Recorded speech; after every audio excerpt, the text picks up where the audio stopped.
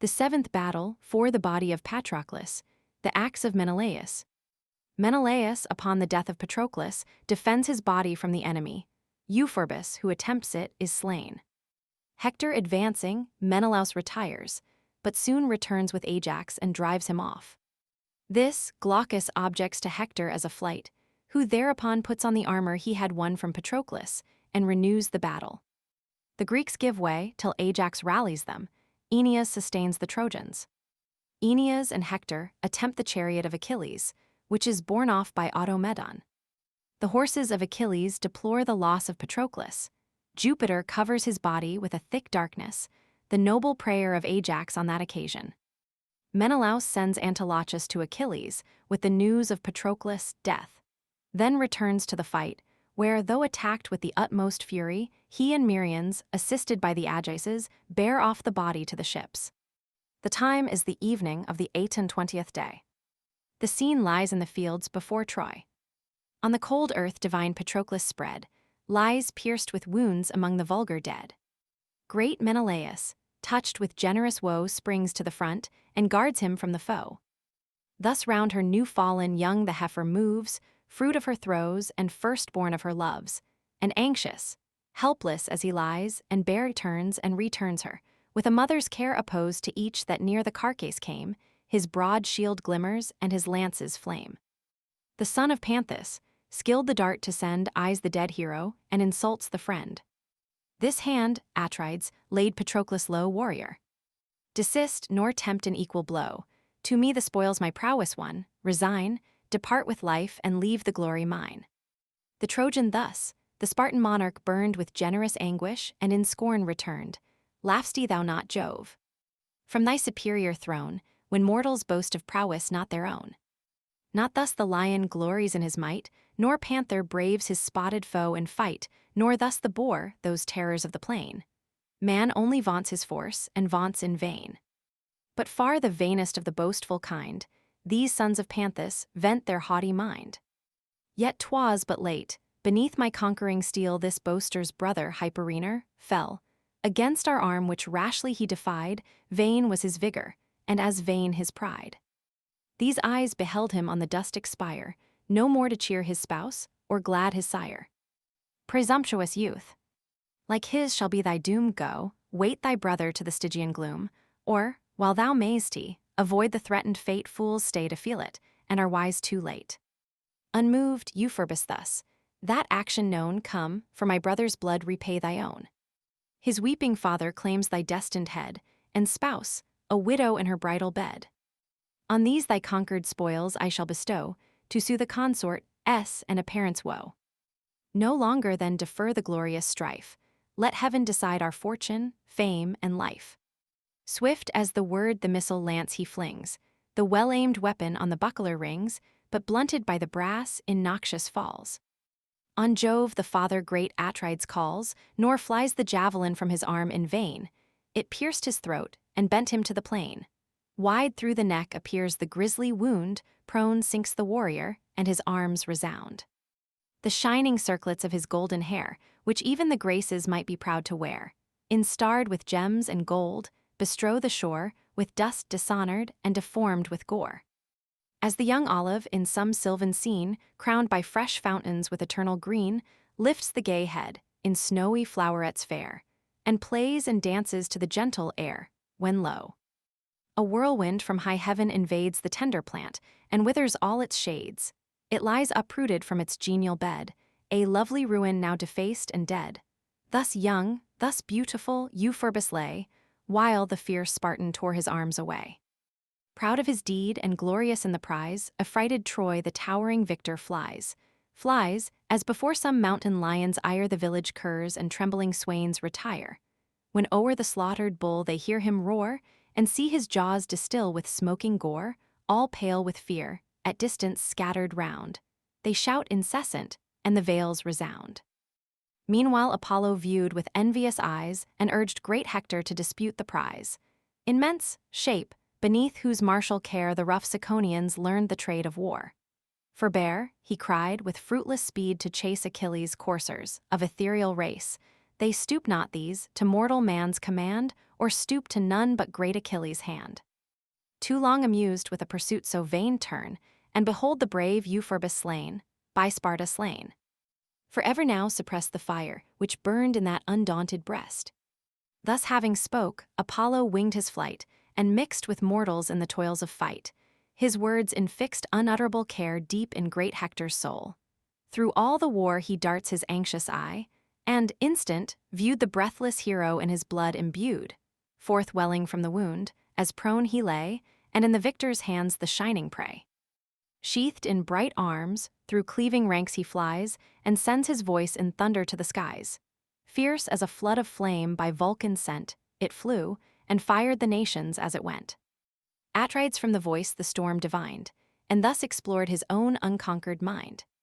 Then shall I quit Patroclus on the plain, slain in my cause, and for my honor slain. Desert the arms, the relics of my friend.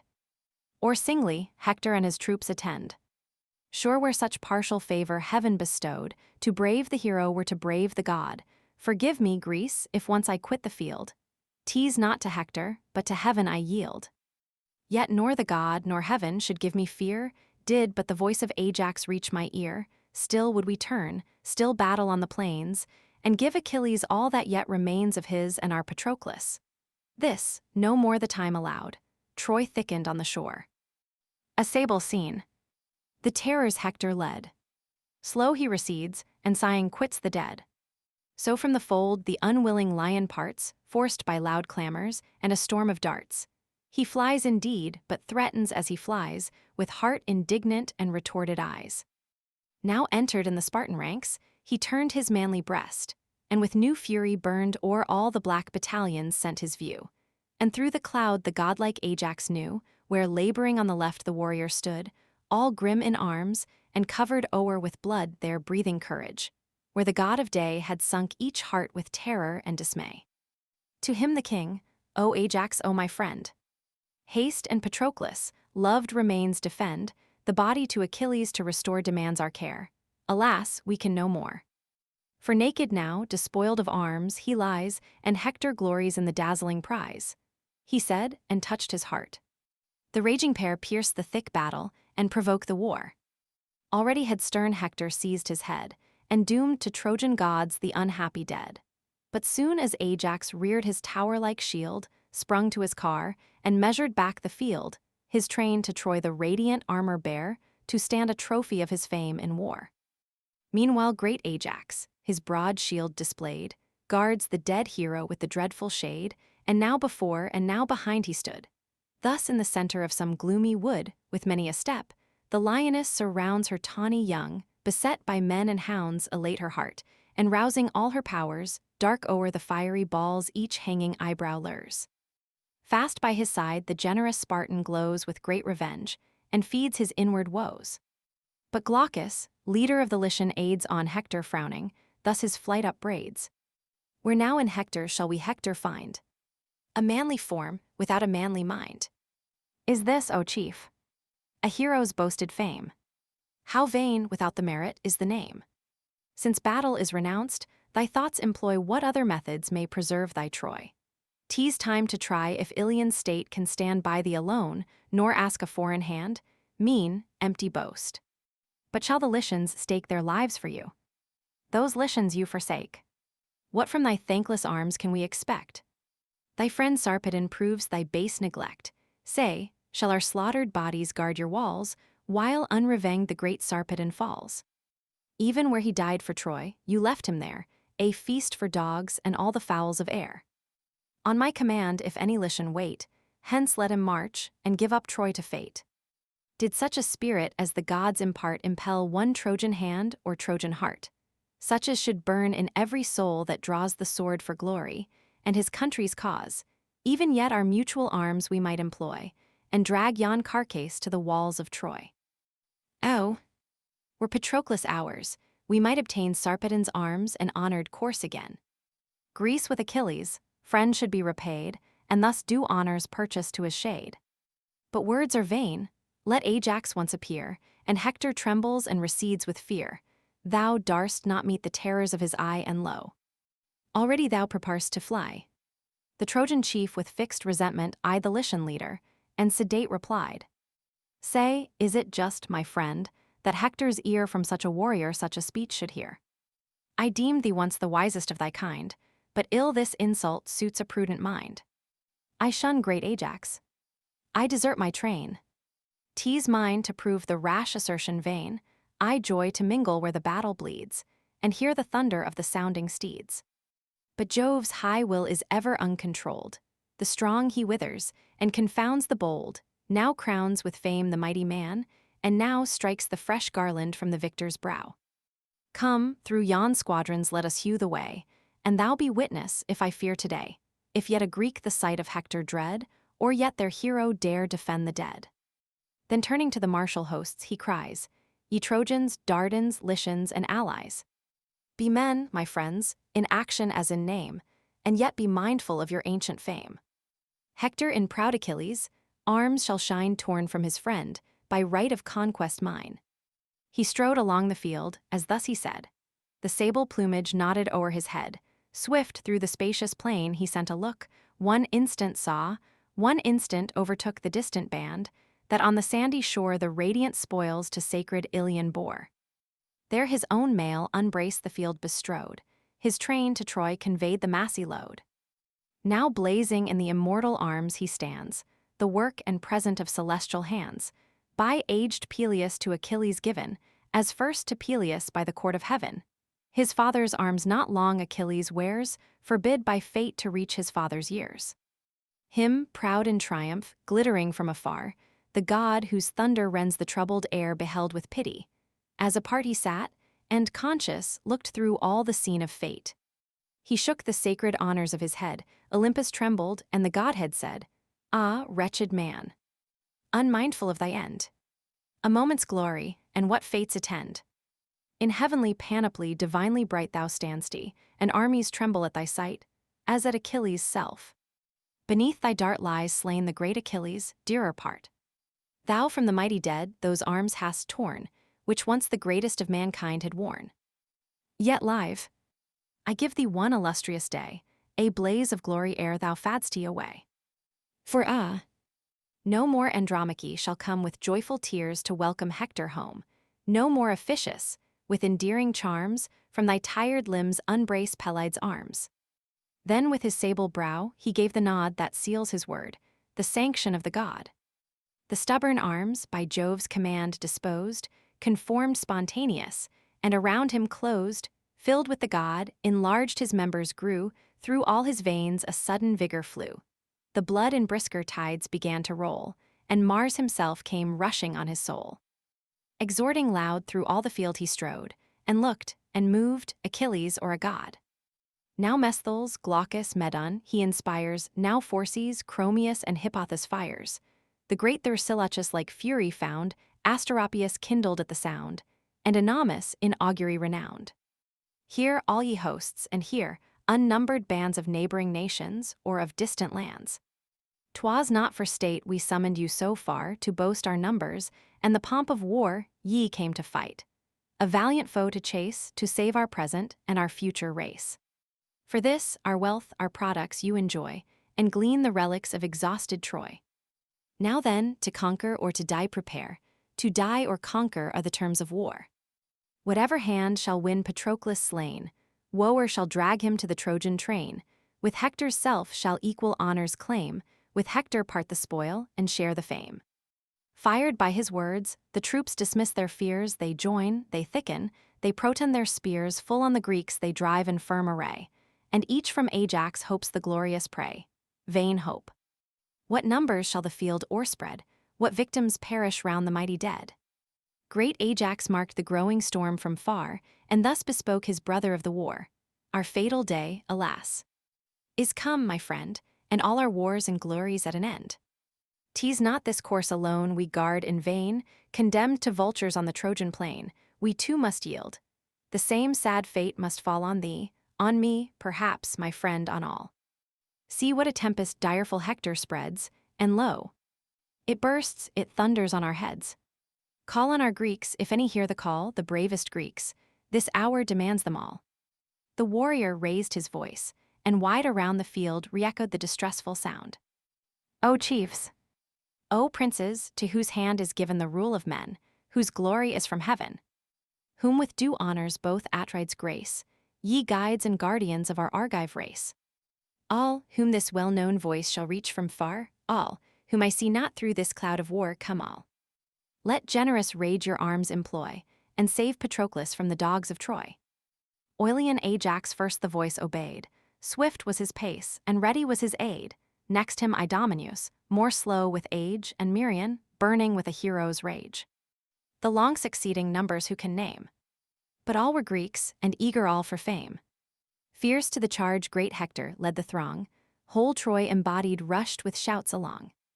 Thus, when a mountain billow foams and raves, where some swoln river disembogues his waves, full in the mouth is stopped the rushing tide. The boiling ocean works from side to side. The river trembles to his utmost shore, and distant rocks rebellow to the roar. Nor less resolved, the firm Achaean band with brazen shields in horrid circle stand. Jove, pouring darkness o'er the mingled fight, conceals the warriors, shining helms in night to him.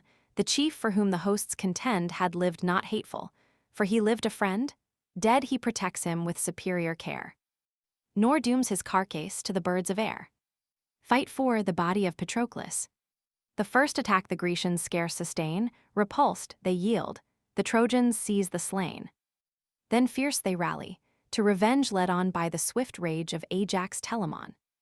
Ajax to Peleus, son the second name, in graceful stature next, and next in fame. With headlong force the foremost ranks he tore, so through the thicket bursts the mountain boar, and rudely scatters, for a distance round, the frighted hunter and the baying hound. The son of Lethus, brave Pelescus, heir Hippothous, dragged the carcass through the war. The sinewy ankles bored, the feet he bound with thongs inserted through the double wound. Inevitable fate o'ertakes the deed, doomed by great Ajax, vengeful lance to bleed. It cleft the helmet, brazen cheeks in twain, the shattered crest and horsehair strow the plain. With nerves relaxed he tumbles to the ground, the brain comes gushing through the ghastly wound. He drops Patroclus' foot, and o'er him spread, now lies a sad companion of the dead. Far from Larissa lies, his native air, and ill requites his parents' tender care. Lamented youth! In life's first bloom he fell, sent by great Ajax to the shades of hell. Once more at Ajax Hector's javelin flies, the Grecian marking, as it cut the skies, shunned the descending death, which hissing on stretched in the dust the great Iphitus, son, Schedius the brave, of all the Phocian kind the boldest warrior and the noblest mind. In little Panope, for strength renowned, he held his seat and ruled the realms around. Plunged in his throat, the weapon drank his blood, and deep transpiercing through the shoulder stood. In clanging arms the hero fell, and all the fields resounded with his weighty fall. Phorcys, as slain Hippothous he defends, the Telamonian lance his belly rends, the hollow armor burst before the stroke, and through the wound the rushing entrails broke. In strong convulsions panting on the sands he lies, and grasps the dust with dying hands. Struck at the sight, recede the Trojan train, the shouting Argives strip the heroes slain. And now had Troy, by Greece compelled to yield, fled to her ramparts, and resign the field. Greece in her native fortitude elate, with Jove averse, had the scale of fate. But Phoebus urged Aeneas to the fight, he seemed like aged Periphas to sight. A herald in Anchises, love grown old, revered for prudence, and with prudence bold. Thus he, what methods yet, O chief? Remain to save your Troy, though heaven its fall ordain. There have been heroes who, by virtuous care, by valor, numbers, and by arts of war, have forced the powers to spare a sinking state, and gained at length the glorious odds of fate. But you, when fortune smiles, when Jove declares his partial favor, and assists your wars, your shameful efforts gainst yourselves employ, and force the unwilling god to ruin Troy. Aeneas through the form assumed disgrays the power concealed, and thus to Hector cries, O lasting shame! To our own fears a prey, we seek our ramparts, and desert the day. A god, nor is he less, my bosom warms, and tells me, Jove asserts the Trojan arms. He spoke, and foremost to the combat flew, the bold example all his hosts pursue. Then first, Leocritus beneath him bled, in vain beloved by valiant Lycomed, who viewed his fall, and grieving at the chance, swift to revenge it sent his angry lance. the whirling lance, with vigorous force addressed, descends, and pants in Apisaon's breast. From rich Paeonia's vales the warrior came, next thee, Asteropaeus. In place and fame. Asteropaeus with grief beheld the slain, and rushed to combat, but he rushed in vain. Indissolubly firm, around the dead, rank within rank, on buckler spread, and hemmed with bristled spears, the Grecians stood, a brazen bulwark and an iron wood. Great Ajax eyes them with incessant care, and in an orb contracts the crowded war, close in their ranks commands to fight or fall, and stands the center and the soul of all, fixed on the spot they war, and wounded, wound. A sanguine torrent steeps the reeking ground, on heaps the Greeks, on heaps the Trojans bled, and, thickening round them, rise the hills of dead. Greece, in close order and collected might, yet suffers least, and sways the wavering fight, fierce as conflicting fires the combat burns, and now it rises, now it sinks by turns.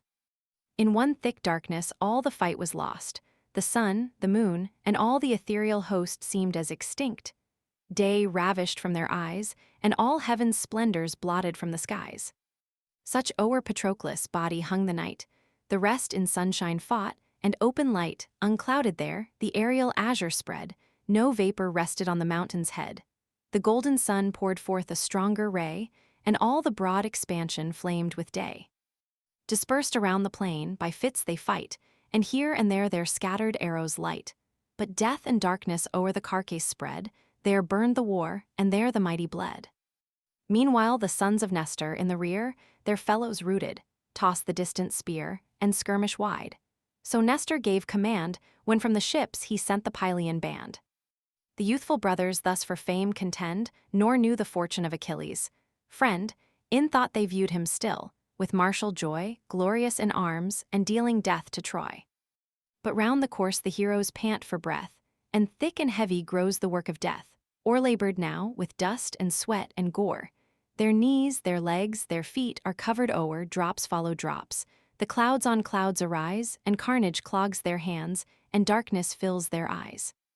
As when a slaughtered bull, yet reeking hide, strained with full force and tugged from side to side, the brawny couriers stretch, and labor o'er the extended surface, drunk with fat and gore. So tugging round the course both armies stood, the mangled body bathed in sweat and blood, while Greeks and Ilians equal strength employ, now to the ships to force it, now to Troy. Not Pallas' self, her breast when fury warms, nor he whose anger sets the world in arms, could blame this scene. Such rage, such horror reigned, such, Jove to honor the great dead ordained. Achilles in his ships at distance lay, nor knew the fatal fortune of the day. He, yet unconscious of Patroclus' fall, in dust extended under Ilion's wall, expects him glorious from the conquered plain, and for his wished return prepares in vain, though well he knew, to make proud Ilion bend was more than heaven had destined to his friend. Perhaps to him, this Thetis had revealed the rest, in pity to her son, concealed. Still raged the conflict round the hero dead, and heaps on heaps by mutual wounds they bled. Cursed be the man, even private Greeks would say, who dares desert this well-disputed day. First may the cleaving earth before our eyes gape wide, and drink our blood for sacrifice. First perish all, ere haughty Troy shall boast we lost Patroclus, and our glory lost. Thus they, while with one voice the Trojans said, grant this day, Jove, or heap us on the dead. Then clash their sounding arms, the clangors rise, and shake the brazen concave of the skies. Meantime, at distance from the scene of blood, the pensive steeds of great Achilles stood, their godlike master slain before their eyes, they wept, and shared in human miseries. In vain Automedon now shakes the rein, now plies the lash, and soothes and threats in vain, nor to the fight nor Hellespont they go, restive they stood, and obstinate in woe. Still as a tombstone, never to be moved, on some good man or woman unreproved lays its eternal weight. Or fixed, as stands a marble courser by the sculptor's hands, placed on the hero's grave. Along their face, the big round drops course down with silent pace, conglobing on the dust. Their manes, that late circled their arched necks, and waved in state trailed on the dust beneath the yoke were spread, and prone to earth was hung their languid head, nor Jove disdained to cast a pitying look, while thus relenting to the steeds he spoke. Unhappy coursers of immortal strain, exempt from age, and deathless. Now in vain did we your race on mortal man bestow, only, alas, to share in mortal woe. For what is there of inferior birth that breathes or creeps upon the dust of earth? What wretched creature of what wretched kind, than man more weak, calamitous, and blind? A miserable race. But cease to mourn, for not by you shall Priam's son be borne high on the splendid car. One glorious prize he rashly boasts, the rest our will denies. Ourself will swiftness to your nerves impart, ourself with rising spirits swell your heart. Automedon your rapid flight shall bear safe to the navy, through the storm of war. For yet 'tis given to Troy to ravage o'er the field, and spread her slaughters to the shore. The sun shall see her conquer, till his fall with sacred darkness shades the face of all.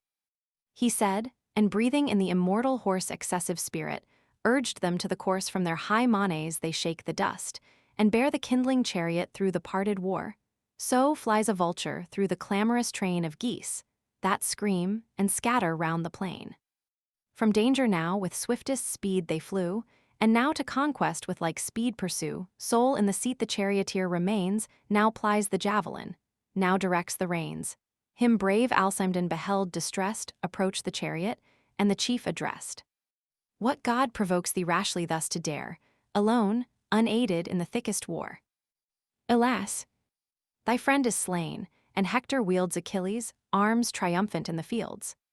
In happy time, the charioteer replies, the bold Alcimedon now greets my eyes, no Greek like him the heavenly steeds restrains, or holds their fury in suspended reins. Patroclus, while he lived, their rage could tame, but now Patroclus is an empty name. To thee I yield the seat, to thee resign the ruling charge, the task of fight be mine. He said. Alcimedon, with active heat, snatches the reins and vaults into the seat. His friend descends. The chief of Troy disgrayed, and called Aeneas fighting near his side. Lo, to my sight, beyond our hope restored, Achilles' car, deserted of its lord. The glorious steeds our ready arms invite, scarce their weak drivers guide them through the fight. Can such opponents stand when we assail? Unite thy force, my friend, and we prevail. The son of Venus to the council yields, then o'er their backs they spread their solid shields, with brass refulgent the broad surface shined, and thick bull hides the spacious concave lined. Them Chromius follows, Aratus succeeds, each hopes the conquest of the lofty steeds. In vain, brave youths, with glorious hopes ye burn, in vain advance. Not fated to return. Unmoved, Automedon attends the fight, implores the eternal, and collects his might. Then turning to his friend, with dauntless mind, oh, keep the foaming coursers close behind. Full on my shoulders let their nostrils blow, for hard the fight, determined is the foe. 'Tis Hector comes, and when he seeks the prize, war knows no mean, he wins it or he dies. Then through the field he sends his voice aloud, and calls the Ajaces from the warring crowd, with great Atrides. Hither turn, he said, turn where distress demands immediate aid, the dead, encircled by his friends, forgo, and save the living from a fiercer foe. Unhelped we stand, unequal to engage the force of Hector and Aeneas, rage. Yet mighty as they are, my force to prove is only mine. The event belongs to Jove. He spoke, and high the sounding javelin flung, which passed the shield of Aratus the young. It pierced his belt, embossed with curious art, then in the lower belly struck the dart. As when a ponderous axe, descending full, cleaves the broad forehead of some brawny bull, struck, twixt the horns, he springs with many a bound, then tumbling rolls enormous on the ground. Thus fell the youth. The air his soul received, and the spear trembled as his entrails heaved. Now at Automedon the Trojan foe discharged his lance. The meditated blow, stooping, he shunned. The javelin idly fled, and hissed innoxious o'er the hero's head. Deep rooted in the ground, the forceful spear in long vibrations spent its fury there. With clashing falchions now the chiefs had closed, but each brave Ajax heard and interposed. Nor longer Hector with his Trojans stood, but left their slain companion in his blood. His arms Automedon divests and cries, "Accept, Patroclus, this means sacrifice. Thus have I soothed my griefs, and thus have paid, poor as it is, some offering to thy shade." So looks the lion o'er a mangled boar, all grim with rage, and horrible with gore. High on the chariot at one bound he sprung, and o'er his seat the bloody trophies hung. And now Minerva from the realms of air descends impetuous, and renews the war, for, pleased at length the Grecian arms to aid, the Lord of Thunders sent the blue-eyed maid.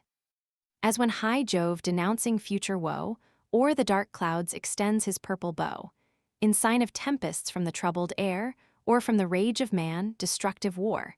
The drooping cattle dread the impending skies, and from his half-tilled field the laborer flies. In such a form the goddess round her drew a livid cloud, and to the battle flew. Assuming phoenix, shape on earth she falls, and in his well-known voice to Sparta calls. And lies Achilles' friend, beloved by all, a prey to dogs beneath the Trojan wall. What shame, O Greece, for future times to tell, to thee the greatest in whose cause he fell. O chief, O father. Atreus' son replies, O full of days, by long experience wise. What more desires my soul, than here unmoved to guard the body of the man I loved? Ah, would Minerva send me strength to rear this wearied arm, and ward the storm of war.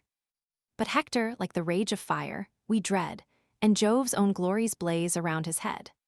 Pleased to be first of all the powers addressed, she breathes new vigor in her hero's breast, and fills with keen revenge, with fell despite desire of blood and rage, and lust of fight. So burns the vengeful hornet soul all o'er, repulsed in vain and thirsty still of gore. Bold son of air and heat, on angry wings untamed, untired, he turns, attacks, and stings. Fired with like ardor fierce Atrides flew, and sent his soul with every lance he threw. There stood a Trojan, not unknown to fame, Aetion's son, and Pods was his name, with riches honored and with courage blessed, by Hector loved, his comrade and his guest, through his broad belt the spear a passage found, and ponderous as he falls, his arms resound. Sudden at Hector's side Apollo stood, like Phaenops, Asius' son, appeared the god, Asius the great, who held his wealthy reign in fair Abydos by the rolling main. O prince, he cried, O foremost once in fame, what Grecian now shall tremble at thy name? Dost thou at length to Menelaus yield, a chief once thought no terror of the field?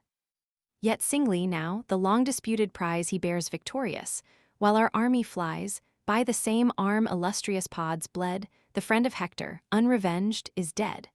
This heard, o'er Hector spreads a cloud of woe, rage lifts his lance and drives him on the foe. But now the Eternal shook his sable shield, that shaded-eyed, and all the subject field beneath its ample verge. A rolling cloud involved the mount. The thunder roared aloud. The affrighted hills from their foundations nod, and blaze beneath the lightnings of the god. At one regard of his all-seeing eye the vanquished triumph, and the victors fly. Then trembled Greece. The flight Peneleus led, for as the brave Boeotian turned his head to face the foe, Polydamas drew near, and raised his shoulder with a shortened spear.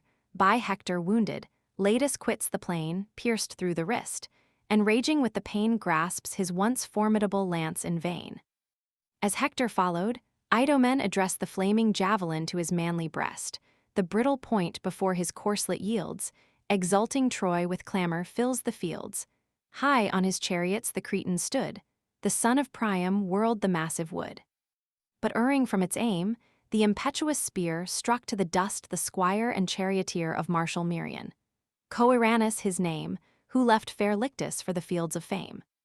On foot bold Merion fought, and now laid low, had graced the triumphs of his Trojan foe, but the brave squire the ready coursers brought, and with his life his master's safety bought. Between his cheek and ear the weapon went, the teeth it shattered, and the tongue it rent. Prone from the seat he tumbles to the plain, his dying hand forgets the falling rain. This Merion reaches, bending from the car, and urges to desert the hopeless war. Idomeneus consents. The lash applies, and the swift chariot to the navy flies. Not Ajax less the will of heaven disgrade, and conquest shifting to the Trojan side, turned by the hand of Jove. Then thus begun, to Atreus' seed, the godlike Telamon. Alas, who sees not Jove's almighty hand, transfers the glory to the Trojan band. Whether the weak or strong discharge the dart, he guides each arrow to a Grecian heart, not so our spears. Incessant though they rain, he suffers every lance to fall in vain. Deserted of the god, yet let us try what human strength and prudence can supply. If yet this honored course, in triumph borne, may glad the fleets that hope not our return, who tremble yet, scarce rescued from their fates, and still hear Hector thundering at their gates. Some hero too must be dispatched to bear the mournful message to Pelides. Ear, for sure he knows not, distant on the shore, his friend, his loved Patroclus, is no more. But such a chief I spy not through the host. The men, the steeds, the armies, all are lost in general darkness, lord of earth and air. O King! O Father! Hear my humble prayer. Dispel this cloud, the light of heaven restore. Give me to see, and Ajax asks no more. If Greece must perish, we thy will obey, but let us perish in the face of day. With tears the hero spoke, and at his prayer the god relenting cleared the clouded air. Forth burst the sun with all-enlightening ray, the blaze of armor flashed against the day. Now, Atrides, cast around thy sight, if yet Antilochus survives the fight, let him to great Achilles' ear convey the fatal news. Atrides hastes away. So turns the lion from the nightly fold, though high in courage, and with hunger bold, long galled by herdsmen, and long vexed by hounds, stiff with fatigue and fretted sore with wounds. The darts fly round him from 100 hands, and the red terrors of the blazing brands. Till late, reluctant, at the dawn of day sour he departs, and quits the untasted prey. So moved Atrides from his dangerous place with weary limbs, but with unwilling pace. The foe, he feared, might yet Patroclus gain, and much admonished, much adjured his train. O guard these relics to your charge consigned, and bear the merits of the dead in mind. How skilled he was in each obliging art, the mildest manners, and the gentlest heart he was, alas. But fate decreed his end, in death a hero, as in life a friend. So parts the chief, from rank to rank he flew, and round on all sides sent his piercing view. As the bold bird, endued with sharpest eye of all that wings the mid-aerial sky, the sacred eagle, from his walks above looks down, and sees the distant thicket move, then stoops, and sousing on the quivering hair, snatches his life amid the clouds of air. Not with less quickness, his exerted sight passed this and that way, through the ranks of fight, till on the left the chief he sought, he found, cheering his men and spreading deaths around. To him the king, beloved of Jove, draw near, for sadder tidings never touched thy ear. Thy eyes have witnessed what a fatal turn. How Iliad triumphs, and the Achaeans mourn. This is not all. Patroclus, on the shore now pale and dead, shall succor Greece no more. Fly to the fleet, this instant fly, and tell the sad Achilles, how his loved one fell he too may haste the naked course to gain. The arms are Hector's, who despoiled the slain. The youthful warrior heard with silent woe, from his fair eyes the tears began to flow. Big with the mighty grief, he strove to say what sorrow dictates, but no word found way. To brave Laodocus his arms he flung, who, near him wheeling, drove his steeds along, then ran the mournful message to impart, with tearful eyes and with dejected heart. Swift fled the youth, nor Menelaus stands, though sore, to aid the Pylian bands, but bids bold Thrasymede those troops sustain, himself returns to his Patroclus slain. Gone is Antilochus, the hero said, but hope not, warriors, for Achilles' aid, though fierce his rage, unbounded be his woe, unarmed, he fights not with the Trojan foe.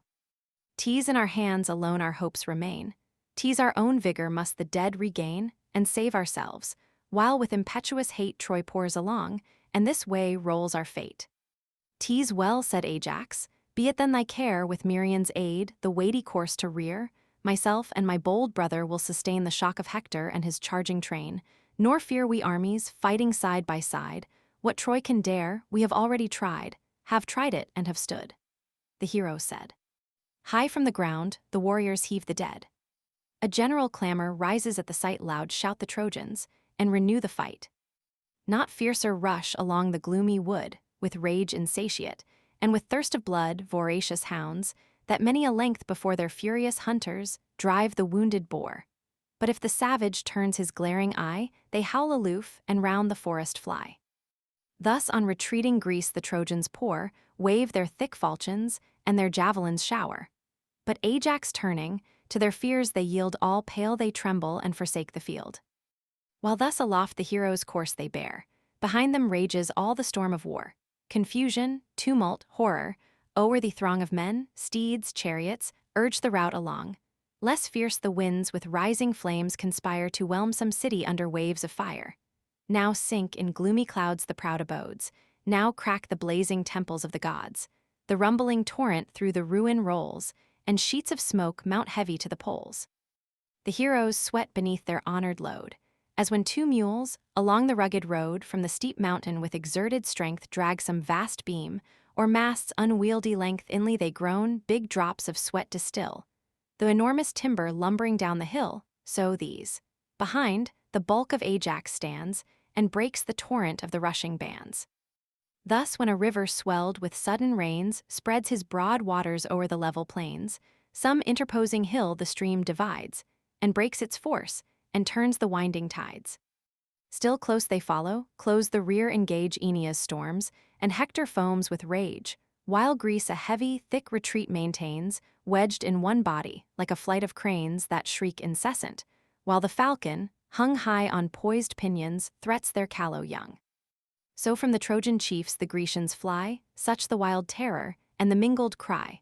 Within, without the trench, and all the way strode in bright heaps, their arms and armor lay, such horror Jove impressed. Yet still proceeds the work of death, and still the battle bleeds. Vulcan from an antique gem. Book 18. Argument. The grief of Achilles, and new armor made him by Vulcan. The news of the death of Patroclus is brought to Achilles by Antilochus. Thetis, hearing his lamentations, comes with all her sea nymphs to comfort him. The speeches of the mother and son on this occasion.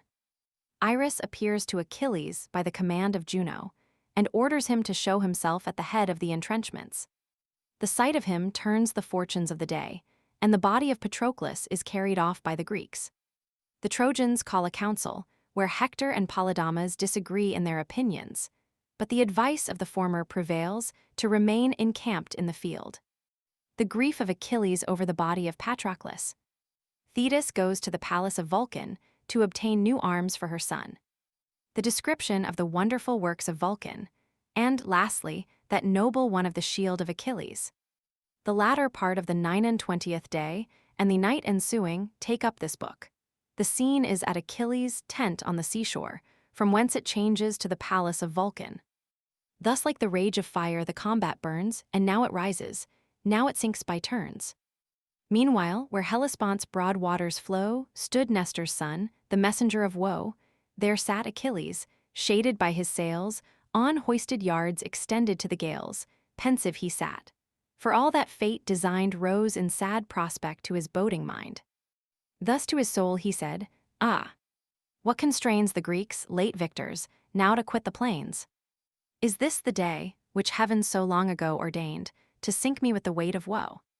So Thetis warned, when by a Trojan hand the bravest of the Myrmidonian band should lose the light. Fulfilled is that decree, fallen is the warrior and Patroclus he.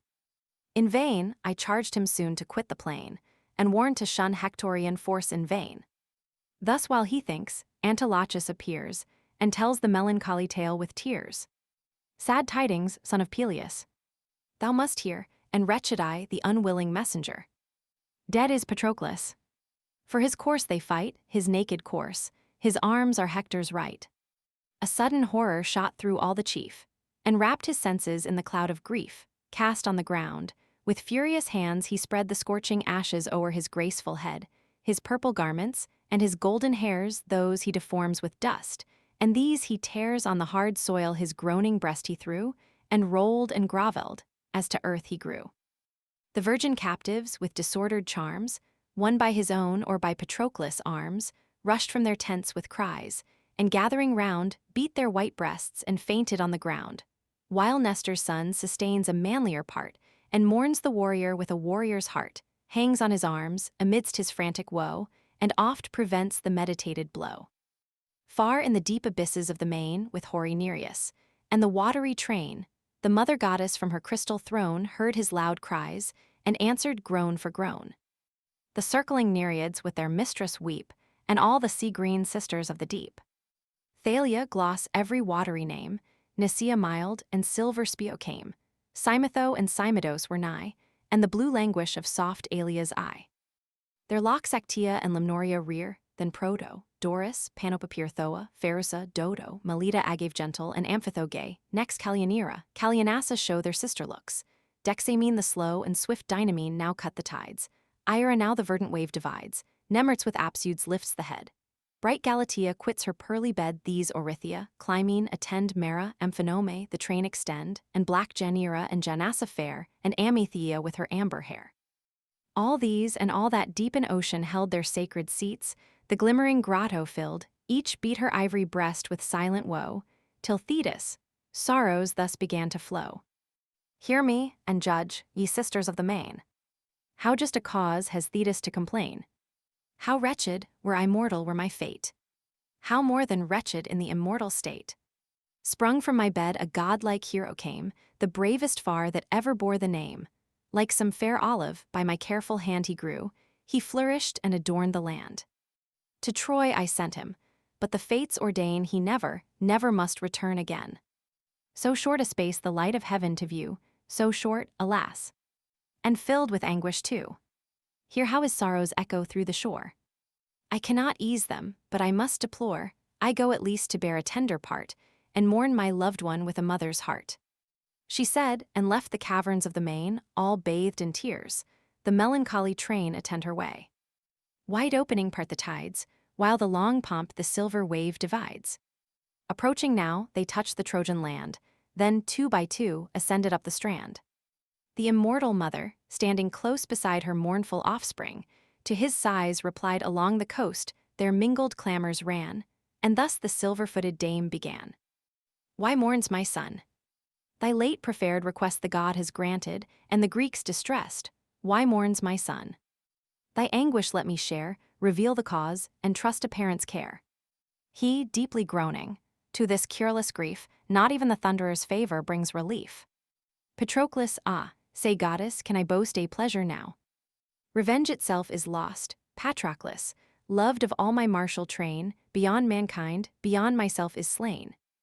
Lost are those arms the gods themselves bestowed on Peleus. Hector bears the glorious load. Cursed be that day, when all the powers above thy charms submitted to a mortal love. O hadst thou still, a sister of the main, pursued the pleasures of the watery reign, and happier Peleus, less ambitious, led a mortal beauty to his equal bed. Ere the sad fruit of thy unhappy womb had caused such sorrows past, and woes to come. For soon, alas, that wretched offspring slain, new woes, new sorrows shall create again. 'Tis not in fate the alternate now to give, Patroclus dead, Achilles hates to live. Let me revenge it on proud Hector's heart. Let his last spirit smoke upon my dart, on these conditions will I breathe. Till then, I blush to walk among the race of men. A flood of tears at this the goddess shed. Ah then, I see thee dying, see thee dead. When Hector falls thou deest, let Hector die and let me fall. Achilles made reply, far lies Patroclus from his native plain. He fell, and falling, wished my aid in vain. Ah then, since from this miserable day I cast all hope of my return away, since, unrevenged, 100 ghosts demand the fate of Hector from Achilles' hand, since here, for brutal courage far renowned, I live an idle burden to the ground.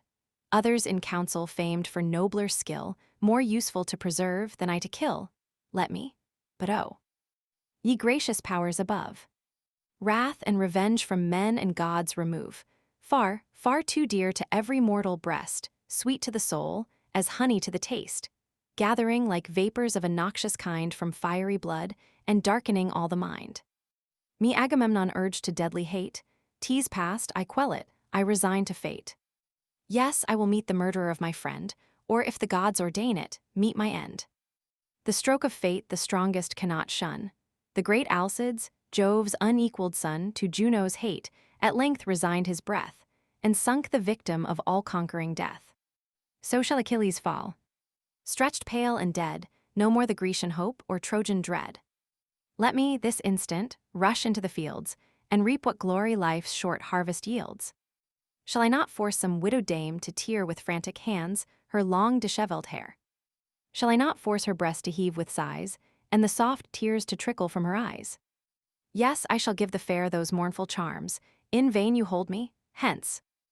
My arms, soon shall the sanguine torrent spread so wide, that all shall know Achilles swells the tide. My son, Coerulean Thetis made reply, to fate submitting with a secret sigh, the host to succor, and thy friends to save, is worthy thee, the duty of the brave. But canst thou, naked, issue to the plains? Thy radiant arms the Trojan foe detains.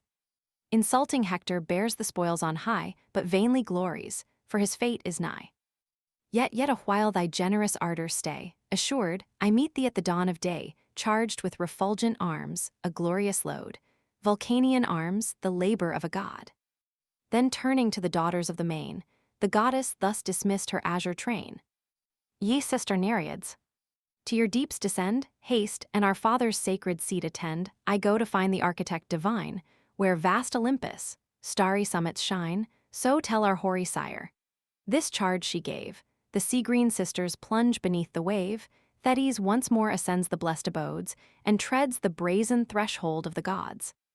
Thetis ordering the Nereids to descend into the sea. And now the Greeks from furious Hector's force, urged to broad Hellespont their headlong course, nor yet their chiefs Patroclus, body bore safe through the tempest to the tented shore. The horse, the foot, with equal fury joined, poured on the rear, and thundered close behind, and like a flame through fields of ripened corn, the rage of Hector o'er the ranks was borne. Thrice the slain hero by the foot he drew, thrice to the skies the Trojan clamors flew, as oft the Ajaces his assault sustain. But checked, he turns, repulsed, attacks again. With fiercer shouts his lingering troops he fires, nor yields a step, nor from his post retires. So watchful shepherds strive to force, in vain, the hungry lion from a carcass slain. Even yet Patroclus had he borne away, and all the glories of the extended day, had not high Juno from the realms of air, secret, dispatched her trusty messenger. The various goddess of the showery bow shot in a whirlwind to the shore below. To great Achilles at his ships she came, and thus began the many-colored dame. Rise, son of Peleus. Rise, divinely brave. Assist the combat, and Patroclus save. For him the slaughter to the fleet they spread, and fall by mutual wounds around the dead. To drag him back to Troy the foe contends, nor with his death the rage of Hector ends. A prey to dogs he dooms the course to lie, and marks the place to fix his head on high. Rise and prevent, if yet you think of fame, thy friend's disgrace, thy own eternal shame. Who sends thee, goddess from the ethereal skies? Achilles thus. And Iris thus replies. I come, Pelides, from the queen of Jove, the immortal empress of the realms above, unknown to him who sits remote on high, unknown to all the synod of the sky. Thou comest in vain, he cries, with fury warmed, arms I have none, and can I fight unarmed? Unwilling as I am, of force I stay, till Thetis bring me at the dawn of day Vulcanian arms. What other can I wield, except the mighty Telamonian shield? That in my friend's defense has Ajax spread. While his strong lance around him heaps the dead, the gallant chief defends Menodius' son, and does what his Achilles should have done. Thy want of arms, said Iris, well we know, but though unarmed, yet clad in terrors, go. Let but Achilles o'er yon trench appear, proud Troy shall tremble, and consent to fear. Greece from one glance of that tremendous eye shall take new courage, and disdain to fly. She spoke and passed in air. The hero rose, her aegis Pallas o'er his shoulder throws, around his brows a golden cloud she spread, a stream of glory flamed above his head. As when from some beleaguered town arise the smokes, high curling to the shaded skies, seen from some island o'er the main afar, when men distressed hang out the sign of war, soon as the sun in ocean hides his rays, thick on the hills the flaming beacons blaze, with long projected beams the seas are bright, and heaven's high arch reflects the ruddy light. So from Achilles, head the splendors rise, reflecting blaze on blaze against the skies. Forth marched the chief, and distant from the crowd, high on the rampart raised his voice aloud, with her own shout Minerva swells the sound, Troy starts astonished, and the shores rebound. As the loud trumpet's brazen mouth from far with shrilling clangor sounds the alarm of war, struck from the walls, the echoes float on high, and the round bulwarks and thick towers reply. So high his brazen voice the hero reared, hosts dropped their arms and trembled as they heard, and back the chariots roll, and coursers bound, and steeds and men lie mingled on the ground. Aghast they see the living lightnings play, and turn their eyeballs from the flashing ray. Thrice from the trench his dreadful voice he raised, and thrice they fled, confounded and amazed. 12 in the tumult wedged, untimely rushed on their own spears, by their own chariots crushed, while, shielded from the darts, the Greeks obtain the long-contended carcass of the slain. A lofty bier the breathless warrior bears. Around, his sad companions melt in tears. But chief Achilles, bending down his head, pours unavailing sorrows o'er the dead, whom late triumphant with his steeds and car, he sent refulgent to the field of war. Unhappy change. Now senseless, pale, he found, stretched forth and gashed with many a gaping wound. Meantime, unwearied with his heavenly way in ocean's waves, the unwilling light of day quenched his red orb, at Juno's high command, and from their labors eased the Achaean band. The frighted Trojans, panting from the war, their steeds unharnessed from the weary car a sudden council called. Each chief appeared in haste and standing, for to sit they feared. 'Twas now no season for prolonged debate, they saw Achilles, and in him their fate.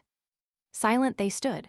Polydamas at last, skilled to discern the future by the past, the son of Panthus, thus expressed his fears, the friend of Hector and of equal years, the self-same knight to both a being gave, one wise in counsel, one in action brave. Juno commanding the sun to set.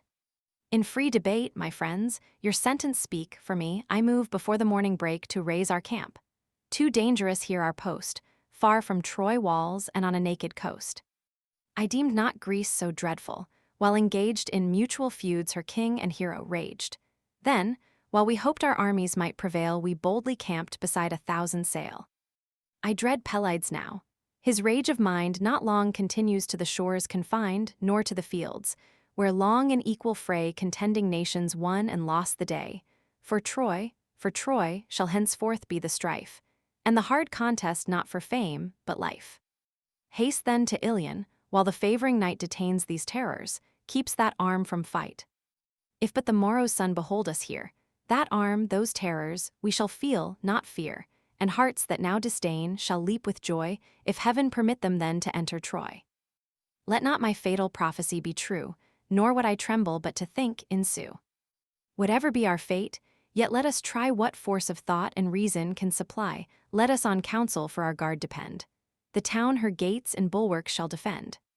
When morning dawns, our well-appointed powers, arrayed in arms, shall line the lofty towers. Let the fierce hero, then, when fury calls, vent his mad vengeance on our rocky walls, or fetch 1,000 circles round the plain, till his spent coursers seek the fleet again. So may his rage be tired and labored down, and dogs shall tear him ere he sack the town.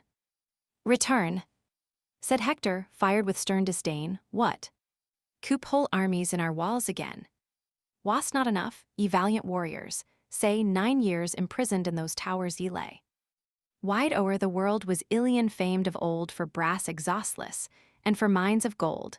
But while inglorious in her walls we stayed, sunk were her treasures, and her stores decayed.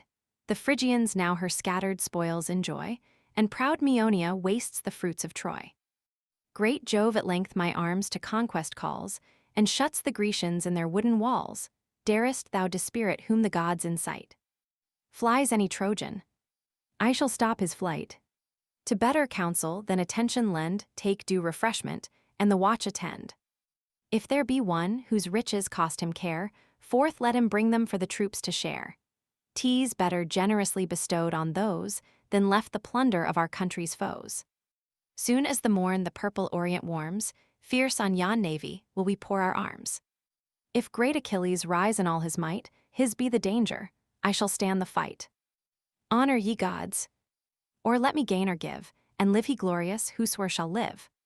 Mars is our common lord, alike to all, and oft the victor triumphs but to fall. The shouting host in loud applauses joined, so Pallas robbed the many of their mind, to their own sense condemned, and left to choose the worst advice, the better to refuse. While the long night extends her sable reign around Patroclus, mourned the Grecian train. Stern in superior grief Pelides stood, those slaughtering arms, so used to bathe in blood, now clasp his clay-cold limbs. Then gushing start the tears, and sighs burst from his swelling heart. The lion thus, with dreadful anguish stung, roars through the desert, and demands his young, when the grim savage, to his rifled den too late returning, snuffs the track of men. And o'er the vales and o'er the forest bounds, his clamorous grief the bellowing wood resounds. So grieves Achilles, and, impetuous, vents to all his myrmidons his loud laments. In what vain promise, gods, did I engage, when to console Menodius' feeble age, I vowed his much-loved offspring to restore, charged with rich spoils, to fair Opuntia's shore? But mighty Jove cuts short, with just disdain, the long, long views of poor designing man. One fate the warrior and the friend shall strike, and Troy's black sands must drink our blood alike. Me too a wretched mother shall deplore, an aged father never see me more. Yet, my Patroclus, yet a space I stay, then swift pursue thee on the darksome way. Ere thy dear relics in the grave are laid, shall Hector's head be offered to thy shade, that, with his arms, shall hang before thy shrine, and 12, the noblest of the Trojan line, sacred to vengeance, by this hand expire, their lives effused around thy flaming pyre. Thus let me lie till then. Thus closely pressed, bathe thy cold face and sob upon thy breast. While Trojan captives hear thy mourners stay, weep all the night and murmur all the day, spoils of my arms and thine, when wasting wide our swords kept time and conquered side by side. He spoke, and bade the sad attendants round cleanse the pale corse, and wash each honored wound. A massy cauldron of stupendous frame they brought, and placed it o'er the rising flame, then heaped the lighted wood. The flame divides beneath the vase, and climbs around the sides. In its wide womb they pour the rushing stream, the boiling water bubbles to the brim. The body then they bathe with pious toil, embalm the wounds, anoint the limbs with oil, high on a bed of state extended laid, and decent covered with a linen shade. Last o'er the dead the milk-white veil they threw, that done, their sorrows and their sighs renew. Meanwhile to Juno in the realms above, his wife and sister, spoke almighty Jove. At last thy will prevails. Great Peleus' son rises in arms, such grace thy Greeks have won. Say, for I know not, is their race divine, and thou the mother of that martial line? What words are these? The imperial dame replies, while anger flashed from her majestic eyes, succor like this a mortal arm might lend, and such success mere human wit attend. And shall not I, the second power above, heaven's queen and consort of the thundering Jove, say, shall not I one nation's fate command, not wreak my vengeance on one guilty land? Tripod. So they. Meanwhile the silver-footed dame reached the Vulcanian dome, eternal frame, high eminent amid the works divine, where heaven's far-beaming brazen mansions shine. There the lame architect the goddess found, obscure in smoke, his forges flaming round, while bathed in sweat from fire to fire he flew, and puffing loud, the roaring billows blew. That day no common task his labor claimed, full 20 tripods for his hall he framed, that placed on living wheels of massy gold, wondrous to tell. Instinct with spirit rolled from place to place, around the blessed abodes self-moved, obedient to the beck of gods, for their fair handles now, aught with flowers, in molds prepared, the glowing ore he pours.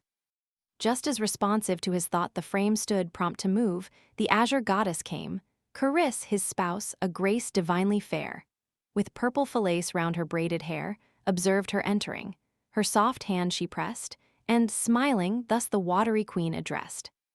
What goddess this unusual favor draws? All hail and welcome. Whatsoe'er the cause, till now a stranger, in a happy hour approach, and taste the dainties of the bower.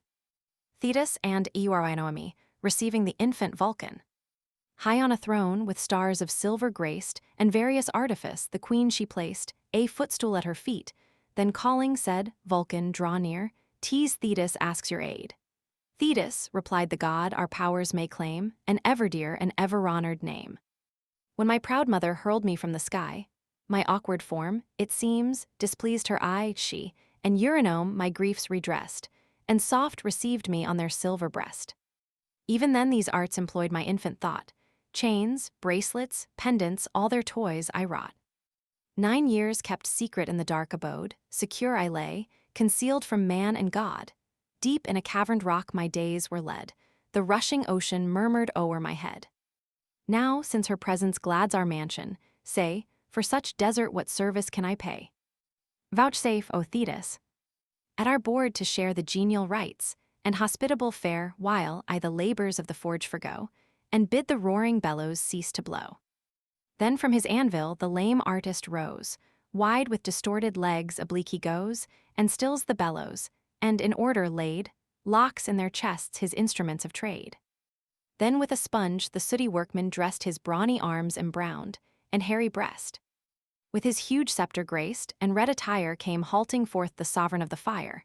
The monarch steps two female forms uphold, that moved and breathed in animated gold, to whom was voice, and sense, and science given of works divine, such wonders are in heaven.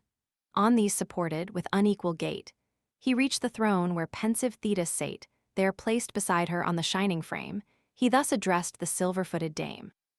Thee welcome, goddess. What occasion calls, so long a stranger, to these honored walls? 'Tis thine, fair Thetis, the command to lay, and Vulcan's joy and duty to obey. Vulcan ansiecharis, receiving Thetis. To whom the mournful mother thus replies, the crystal drop stood trembling in her eyes, O Vulcan! Say, was ever breast divine so pierced with sorrows, so o'erwhelmed as mine? Of all the goddesses, did Jove prepare for Thetis only such a weight of care? I, of all the watery race by force subjected to a man's embrace, who, sinking now with age and sorrow, pays the mighty fine imposed on length of days. Sprung from my bed, a godlike hero came, the bravest sure that ever bore the name. Like some fair plant beneath my careful hand he grew, he flourished and adorned the land. To Troy I sent him, but his native shore never, never, shall receive him more. Even while he lives, he wastes with secret woe, nor I, a goddess, can retard the blow. Robbed of the prize the Grecian suffrage gave, the king of nations forced his royal slave, for this he grieved. And, till the Greeks oppressed required his arm, he sorrowed unredressed. Large gifts they promise, and their elders send, in vain, he arms not, but permits his friend his arms, his steeds, his forces to employ. He marches, combats, almost conquers Troy. Then slain by Phoebus Hector had the name, at once resigns his armor, life, and fame. But thou, in pity, by my prayer be won, grace with immortal arms this short-lived son, and to the field in martial pomp restore, to shine with glory till he shines no more. To her the artist god, thy griefs resign, secure what Vulcan can is ever thine. Oh, could I hide him from the fates, as well, or with these hands the cruel stroke repel, as I shall forge most envied arms, the gaze of wondering ages and the world's amaze. Thus having said, the father of the fires to the black labors of his forge retires. Soon as he bade them blow, the bellows turned their iron mouths, and where the furnace burned resounding breathed. At once the blast expires, and 20 forges catch at once the fires, just as the god directs, now loud, now low they raise a tempest, or they gently blow. In hissing flames huge silver bars are rolled, and stubborn brass and tin and solid gold before, deep fixed, the eternal anvils stand. The ponderous hammer loads his better hand. His left with tongs turns the vexed metal round, and thick, strong strokes, the doubling vaults rebound. Then first he formed the immense and solid shield, rich various artifice emblazed the field, its utmost verge a threefold circle bound. A silver chain suspends the massy round, 5 ample plates the broad expanse compose, and godlike labors on the surface rose. There shone the image of the mastermind. Their earth, their heaven, their ocean he designed, the unwearied sun, the moon completely round, the starry lights that heaven's high convex crowned, the Pleiads, Hyades with the northern team, and great Orion's more refulgent beam, to which, around the axle of the sky, the bear, revolving, points his golden eye, still shines exalted on the ethereal plain, nor bathes his blazing forehead in the main. 2 cities radiant on the shield appear, the image one of peace, and one of war. Here sacred pomp and genial feast delight, and solemn dance and hymeneal rite. Along the street the new-made brides are led, with torches flaming, to the nuptial bed. The youthful dancers in a circle bound to the soft flute, and cithern's silver sound. Through the fair streets the matrons in a row stand in their porches, and enjoy the show. There in the forum swarm a numerous train, the subject of debate, a townsman slain.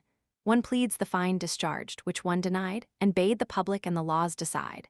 The witness is produced on either hand. For this or that the partial people stand, the appointed heralds still the noisy bands, and form a ring with scepters in their hands on seats of stone within the sacred place. The reverend elders nodded o'er the case alternate, each the attesting scepter took, and rising solemn, each his sentence spoke. 2 golden talents lay amidst, in sight, the prize of him who best adjudged the right. Another part, a prospect differing far glowed with refulgent arms and horrid war. 2 mighty hosts a leaguered town embrace, and one would pillage, one would burn the place. Meantime the townsmen, armed with silent care, a secret ambush on the foe prepare. Their wives, their children, and the watchful band of trembling parents on the turrets stand. They march, by Pallas and by Mars made bold. Gold were the gods, their radiant garments gold, and gold their armor. These the squadron led, august, divine, superior by the head. A place for ambush fit they found, and stood, covered with shields beside a silver flood. 2 spies at distance lurk, and watchful seem if sheep or oxen seek the winding stream. Soon the white flocks proceeded o'er the plains, and steers slow-moving, and 2 shepherd swains behind them piping on their reeds they go, nor fear an ambush, nor suspect a foe. In arms the glittering squadron rising round rush sudden. Hills of slaughter heap the ground, whole flocks and herds lie bleeding on the plains, and all amidst them, dead, the shepherd swains. The bellowing oxen the besiegers hear they rise, take horse, approach, and meet the war they fight, they fall, beside the silver flood. The waving silver seemed to blush with blood. Their tumult, their contention stood confessed, one reared a dagger at a captive's breast, one held a living foe that freshly bled with new-made wounds. Another dragged a dead, now here, now there, the carcasses they tore, fate stalked amidst them, grim with human gore. And the whole war came out, and met the eye, and each bold figure seemed to live or die. A field deep furrowed next the god designed, the 3rd time labored by the sweating hind. The shining shares full many ploughmen guide, and turn their crooked yokes on every side. Still as at either end they wheel around, the master meets them with his goblet crowned. The hearty draught rewards, renews their toil. Then back the turning plowshares cleave the soil. Behind, the rising earth in ridges rolled, and sable looked, though formed of molten gold. Another field rose high with waving grain, with bended sickles stand the reaper train. Here stretched in ranks, the levelled swarths are found, sheaves heaped on sheaves here thicken up the ground. With sweeping stroke the mowers strow the lands, the gatherers follow and collect in bands, and last the children, in whose arms are borne, too short to gripe them, the brown sheaves of corn. The rustic monarch of the field descries, with silent glee, the heaps around him rise. A ready banquet on the turf is laid, beneath an ample oak's expanded shade. The victim ox the sturdy youth prepare, the reaper's due repast, the woman's care. Next, ripe in yellow gold, a vineyard shines, bent with the ponderous harvest of its vines. A deeper dye the dangling clusters show, and curled on silver props in order glow. A darker metal mixed entrench the place, and pails of glittering tin the enclosure grace. To this, one pathway gently winding leads, where march a train with baskets on their heads, fair maids and blooming youths, that smiling bear the purple product of the autumnal year. To these a youth awakes the warbling strings, whose tender lay the fate of Linus sings. In measured dance behind him, move the train, tune soft the voice, and answer to the strain.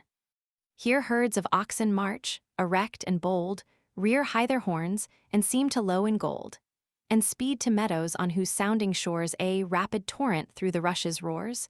4 golden herdsmen as their guardians stand, and 9 sour dogs complete the rustic band.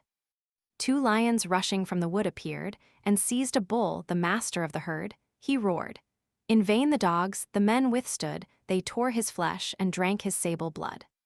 The dogs oft cheered in vain, desert the prey, dread the grim terrors, and at distance bay. Next this, the eye the art of Vulcan leads deep through fair forests, and a length of meads, and stalls, and folds, and scattered cots between, and fleecy flocks, that whiten all the scene. A figured dance succeeds. Such once was seen in lofty Knossos for the Cretan queen, formed by Daedalian art, a comely band of youths and maidens, bounding hand in hand.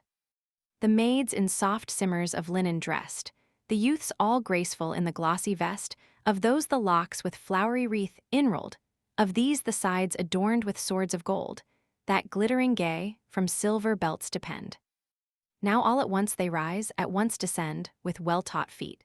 Now shape in oblique ways confusedly regular, the moving maze, now forth at once, too swift for sight, they spring, and undistinguished blend the flying ring, so whirls a wheel in giddy circle tossed, and rapid as it runs, the single spokes are lost. The gazing multitudes admire around, two active tumblers in the center bound, now high, now low, their pliant limbs they bend, and general songs the sprightly revel end. Thus the broad shield complete the artist crowned with his last hand, and poured the ocean round.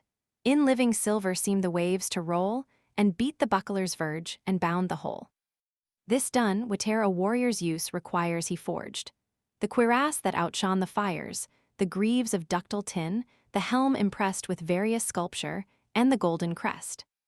At Thetis' feet the finished labor lay. She, as a falcon cuts the aerial way, swift from Olympus, snowy summit flies, and bears the blazing present through the skies. Book 19. Argument. The reconciliation of Achilles and Agamemnon. Thetis brings to her son the armor made by Vulcan. She preserves the body of his friend from corruption, and commands him to assemble the army, to declare his resentment at an end.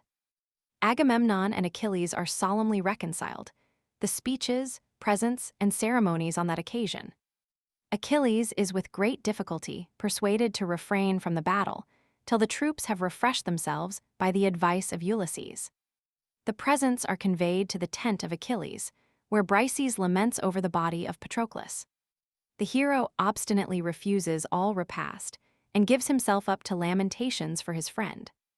Minerva descends to strengthen him, by the order of Jupiter. He arms for the fight, his appearance described. He addresses himself to his horses, and reproaches them with the death of Patroclus. One of them is miraculously endued with voice, and inspired to prophesy his fate. But the hero, not astonished by that prodigy, rushes with fury to the combat. The 30th day. The scene is on the seashore. Soon as Aurora heaved her orient head above the waves, that blushed with early red, with new-born day to gladden mortal sight, and gild the courts of heaven with sacred light, the immortal arms the goddess mother bears swift to her son. Her son she finds in tears stretched o'er Patroclus' corse, while all the rest their sovereign's sorrows in their own expressed. A ray divine her heavenly presence shed, and thus, his hand soft touching, Thetis said, "Suppress, my son, this rage of grief, and know it was not man, but heaven, that gave the blow. Behold what arms by Vulcan are bestowed, arms worthy thee, or fit to grace a god." Then drops the radiant burden on the ground, clang the strong arms, and ring the shores around. Back shrink the Myrmidons with dread surprise, and from the broad effulgence turn their eyes. Unmoved the hero kindles at the show, and feels with rage divine his bosom glow, from his fierce eyeballs living flames expire, and flash incessant like a stream of fire. He turns the radiant gift, and feeds his mind on all the immortal artist had designed. "Goddess," he cried, "these glorious arms, that shine with matchless art, confess the hand divine. Now to the bloody battle let me bend, but the relics of my slaughtered friend. In those wide wounds through which his spirit fled, shall flies, and worms obscene, pollute the dead. That unavailing care be laid aside," the azure goddess to her son replied. "Whole years untouched, uninjured shall remain, fresh as in life, the carcase of the slain. But go, Achilles, as affairs require, before the Grecian peers renounce thine ire. Then uncontrolled in boundless war engage, and heaven with strength supply the mighty rage." Thetis bringing the armor to Achilles. Then in the nostrils of the slain she poured nectareous drops, and rich ambrosia showered o'er all the course.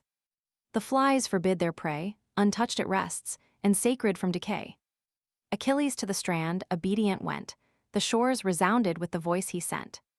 The heroes heard, and all the naval train that tend the ships, or guide them o'er the main alarmed, transported at the well-known sound, frequent and full, the great assembly crowned, studious to see the terror of the plain, long lost to battle, shine in arms again. Tydides and Ulysses first appear, lame with their wounds, and leaning on the spear, these on the sacred seats of council placed.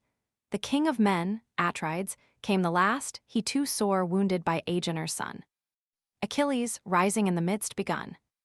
O monarch, better far had been the fate of thee, of me, of all the Grecian state, if ere the day when by mad passion swayed, rash we contended for the black-eyed maid, preventing Dian had dispatched her dart, and shot the shining mischief to the heart.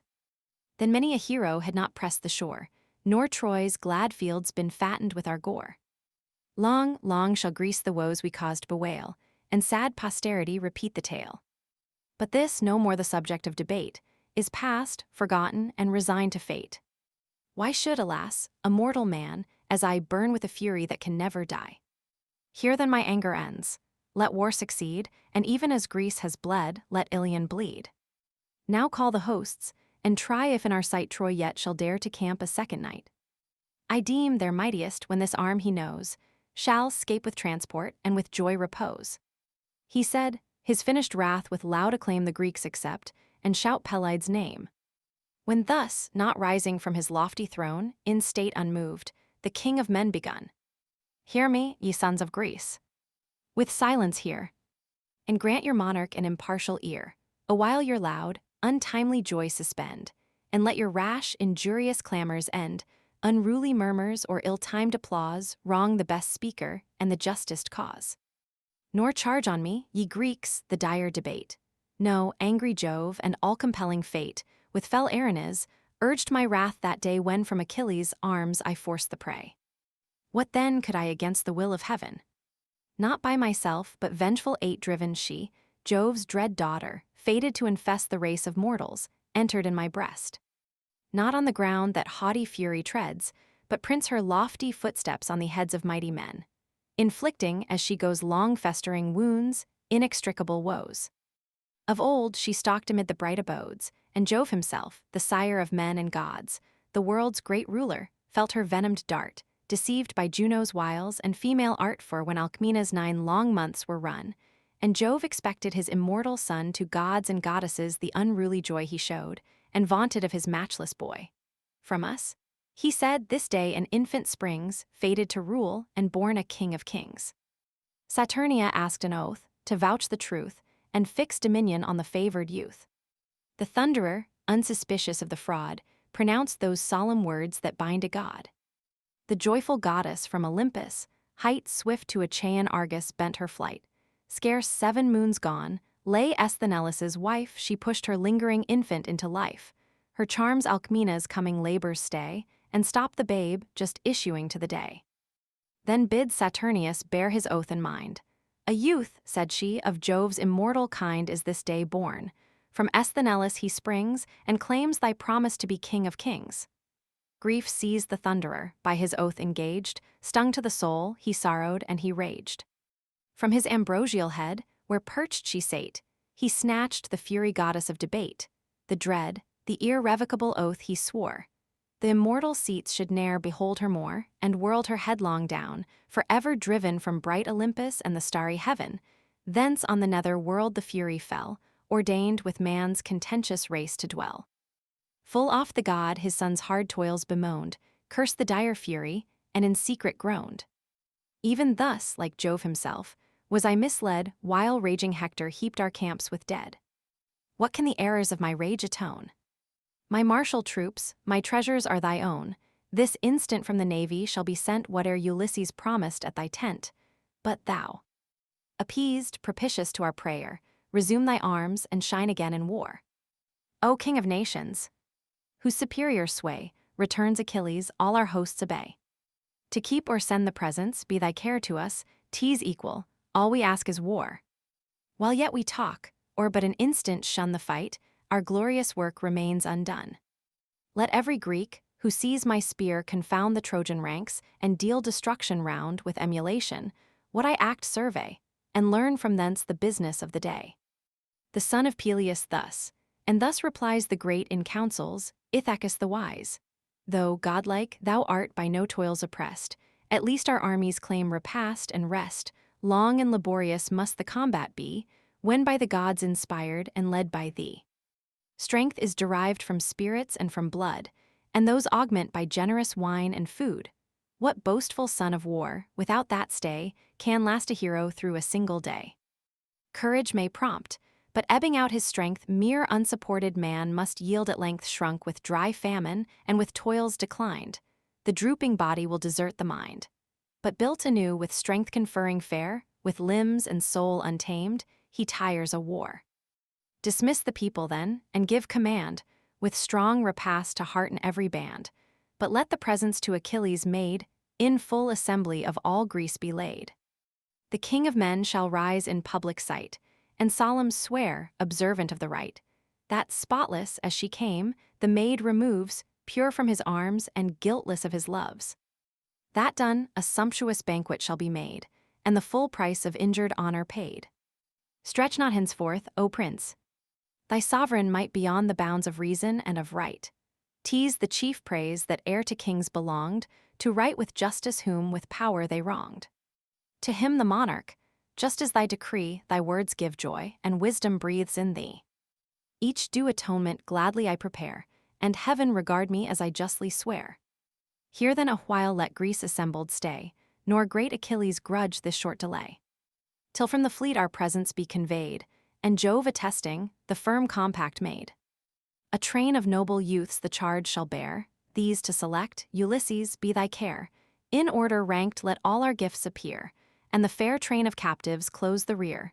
Talthybius shall the victim bore convey, sacred to Jove, and yon bright orb of day. For this, the stern Aeacides replies, some less important season may suffice, when the stern fury of the war is o'er, and wrath, extinguished, burns my breast no more. By Hector slain, their faces to the sky all grim with gaping wounds, our heroes lie, those call to war. And might my voice incite, now, this instant shall commence the fight. Then, when the day's complete, let generous bowls and copious banquets glad your weary souls. Let not my palate know the taste of food, till my insatiate rage be cloyed with blood. Pale lies my friend, with wounds disfigured o'er, and his cold feet are pointed to the door. Revenge is all my soul. No meaner care, interest, or thought has room to harbor there. Destruction be my feast, and mortal wounds, and scenes of blood and agonizing sounds. O first of Greeks, Ulysses thus rejoined, the best and bravest of the warrior kind. Thy praise it is in dreadful camps to shine, but old experience and calm wisdom mine. Then hear my counsel, and to reason yield. The bravest soon are satiate of the field, though vast the heaps that strow the crimson plain, the bloody harvest brings but little gain. The scale of conquest ever wavering lies, great Jove but turns it, and the victor dies. The great, the bold, by thousands daily fall, and endless were the grief, to weep for all.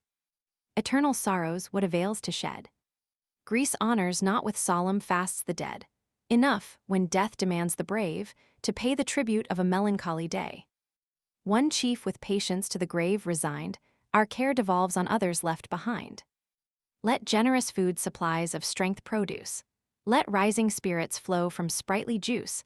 Let their warm heads with scenes of battle glow, and pour new furies on the feebler foe. Yet a short interval, and none shall dare expect a second summons to the war. Who waits for that, the dire effects shall find, if trembling in the ships he lags behind. Embodied, to the battle let us bend, and all at once on haughty Troy descend. And now the delegates Ulysses sent, to bear the presents from the royal tent. The sons of Nestor, Phyleus, valiant Airtheas and Merion, thunderbolts of war, with Lycomedes of Creontian strain, and Melanippus, formed the chosen train. Swift as the word was given, the youths obeyed. Twice 10 bright vases in the midst they laid, a row of 6 fair tripods then succeeds, and twice the number of high-bounding steeds. 7 captives next a lovely line compose, the 8th Brises, like the blooming rose, closed the bright band. Great Ithacus, before, first of the train, the golden talents bore, the rest in public view the chiefs dispose, a splendid scene. Then Agamemnon rose, the boar Talthybius held.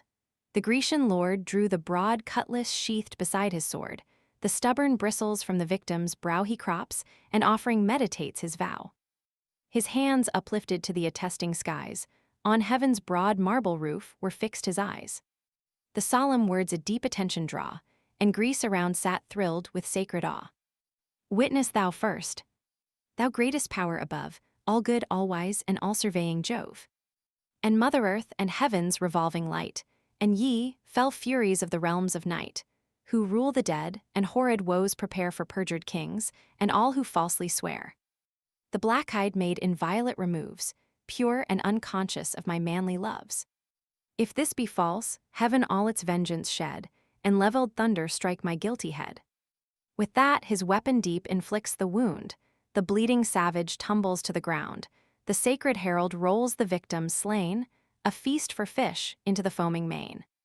Then thus Achilles, hear ye Greeks, and know whate'er we feel, 'tis Jove inflicts the woe, not else Atrides could our rage inflame, nor from my arms, unwilling, force the dame. 'Twas Jove's high will alone, o'erruling all that doomed our strife, and doomed the Greeks to fall. Go then, ye chiefs. Indulge the genial rite, Achilles waits ye, and expects the fight. The speedy council at his word adjourned, to their black vessels all the Greeks returned. Achilles sought his tent. His train before marched onward, bending with the gifts they bore. Those in the tents the squires industrious spread, the foaming coursers to the stalls they led, to their new seats the female captives move. Briseis, radiant as the queen of love slow as she passed, beheld with sad survey where, gashed with cruel wounds, Patroclus lay. Prone on the body fell the heavenly fair, beat her sad breast, and tore her golden hair all beautiful in grief, her humid eyes shining with tears she lifts, and thus she cries, "Ah, youth forever dear, forever kind, once tender friend of my distracted mind. I left thee fresh in life, in beauty gay, now find thee cold, inanimated clay. What woes my wretched race of life attend? Sorrows on sorrows, never doomed to end. The first loved consort of my virgin bed before these eyes in fatal battle bled. My 3 brave brothers in one mournful day all trod the dark, irremeable way. Thy friendly hand upreared me from the plain, and dried my sorrows for a husband slain, Achilles. Care you promised I should prove, the first, the dearest partner of his love, that rites divine should ratify the band, and make me empress in his native land. Accept these grateful tears. For thee they flow, for thee, that ever felt another's woe." Her sister captives echoed groan for groan, nor mourned Patroclus' fortunes, but their own. The leaders pressed the chief on every side, unmoved he heard them, and with sighs denied. If yet Achilles have a friend, whose care is bent to please him, this request forbear, till yonder sun descend.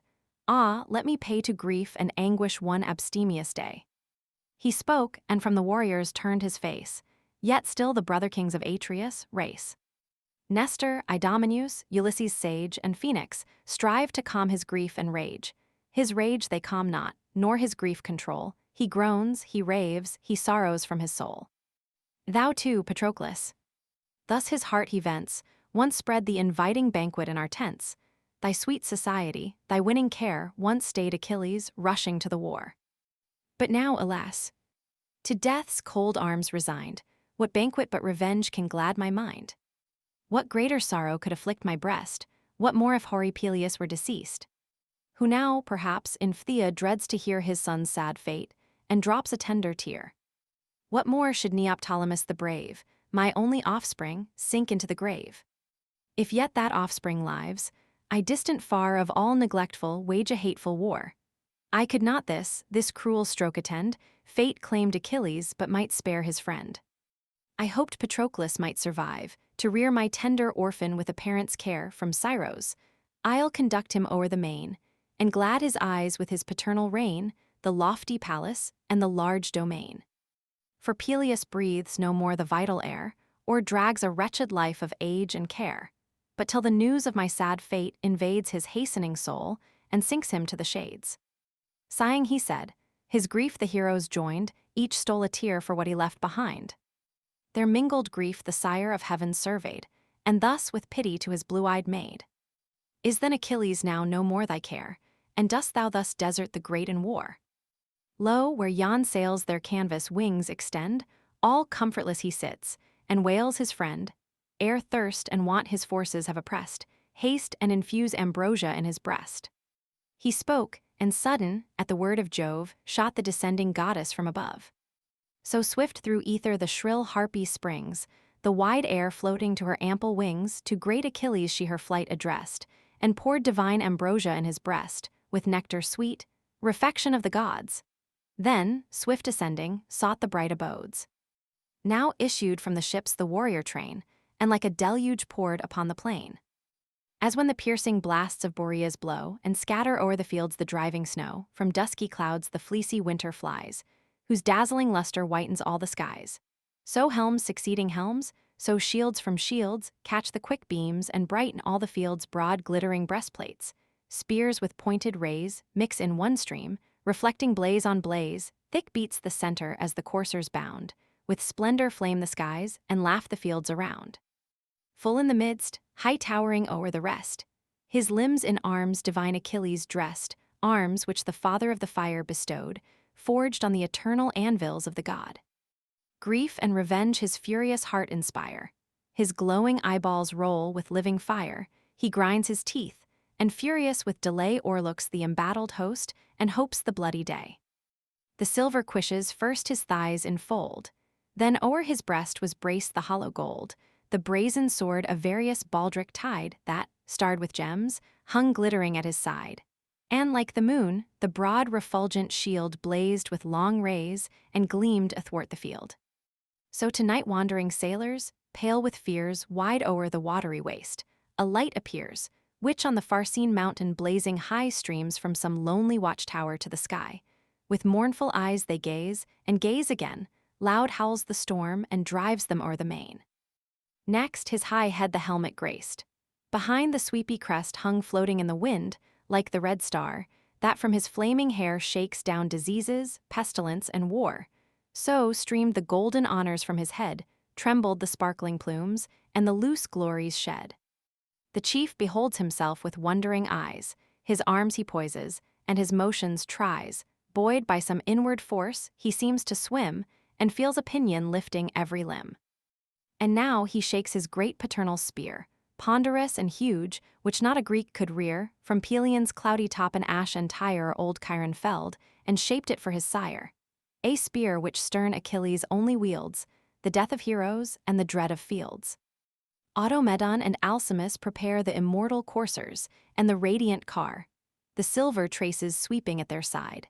Their fiery mouths resplendent bridles tied, the ivory-studded reins, returned behind, waved o'er their backs, and to the chariot joined. The charioteer then whirled the lash around, and swift ascended at one active bound. All bright in heavenly arms, above his squire Achilles mounts, and sets the field on fire. Not brighter Phoebus in the ethereal way flames from his chariot, and restores the day. High o'er the host, all terrible he stands, and thunders to his steeds these dread commands.